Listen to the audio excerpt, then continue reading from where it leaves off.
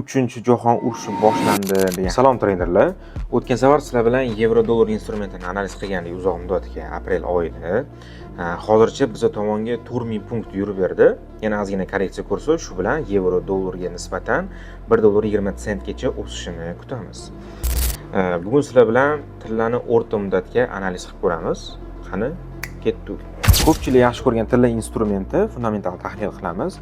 Tilla ko'pincha tashqi omildan ham yaxshigina reaksiya oladi, ya'ni hozirgi 3-jahon urushi boshlandi degan har xil fake xabarlar yoki ikki davlat urushi, o'sha Eron bilan Isroil o'rtasida bo'layotgan urushlar, bir-birini raketa bilan mehmon qilishi, shunaqa tashqi omillar ham tillaga yaxshigina ta'sir qiladi. Lekin urush boshlanganiga 8 kun bo'lsa ham tilla ko'tarilish o'rniga naproq tushib ketib qoldi.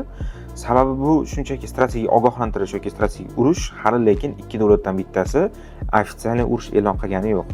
Ofitsial urush e'lon qilinsa, o'shandagina tilla почти korreksiyasiz ko'tarilishi boshlaydi. 3800 yoki 4000 dollar atrofini ko'rishimiz mumkin bo'ladi.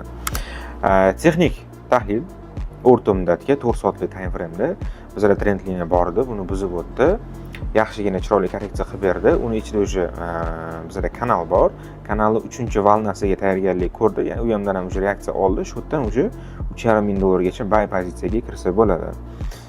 Yoki bundan stop loss oladigan bo'lsa, keyingisi yanada aniqroq zelka 3300 o'zidan yana buy pozitsiyasiga maksimumgacha ushlab tursa bo'ladi. Kommentariyada o'zingiz analizingiz va fikringizni qoldiring.